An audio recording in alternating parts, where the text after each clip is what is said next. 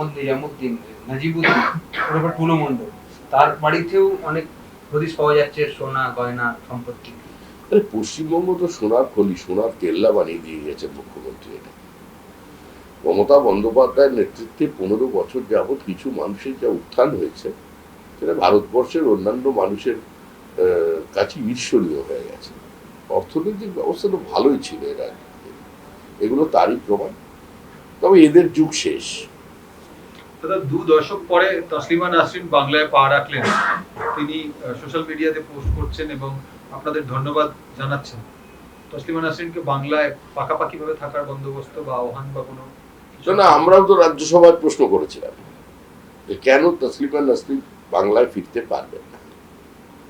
CPM এবং কংগ্রেস, পরবর্তীকালে তৃণমূল কংগ্রেস, তসলিমা নাসরিনকে পশ্চিমবঙ্গে ঢুকতে দেয়।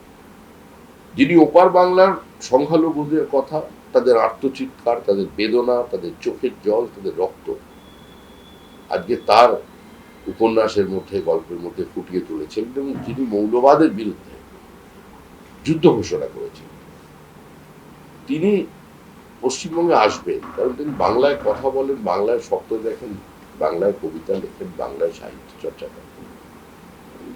এই বহুত্ববাদের দেশে আর বাঙালি সব যাকে এগিয়ে আছে তাকে এখানে স্বাগত।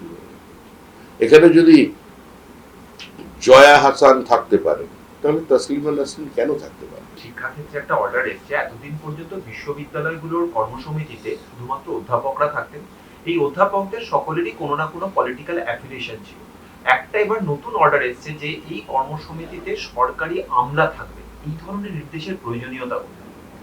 এবারে এই যে কমিটিগুলো, কর্মসমিতি, সেখানে সরকারি আমলাও থাকবে। দেখুন, গোটা শিক্ষা জগতে একটা অরাজক অবস্থা তৈরি করে দিয়েছিল তৃণমূল কংগ্রেস।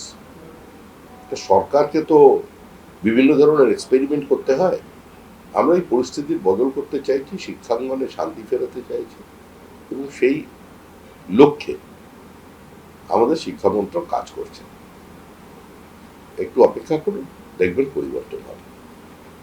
দাদা, অনেক সব্যসাচী দত্তর অনেক ঠিকানা আজকে রেড চলছে। এর আগে তার বাড়ি থেকেও ৩.৫ কোটি সোনা পাওয়া গেছে। সোনা নিয়ে একটু বিশেষ টিএমসি নেতা বা তাদের ঘনিষ্ঠ ব্যবসায়ীদের কাছ থেকে পাওয়া যায়। সোনা নিয়ে কিছু স্পেসিফিক ছিল নাকি টিএমসি এর আগে চাহিদা? সোনার প্রতি ভালোবাসা তো চিরদিনই মানুষের আছে। তৃণমূলের সোনা প্রেমটা একটু বেড়ে গিয়েছে, সর্বত্র সোনা পাওয়া যাচ্ছে। তো এটা তো সোনার কেল্লার দেশ। সত্যজিৎ রায় হয়তো আগে থেকে দেখতে পেয়েছিলেন, এদের দেখেই হয়তো গল্প তৈরি করেছে।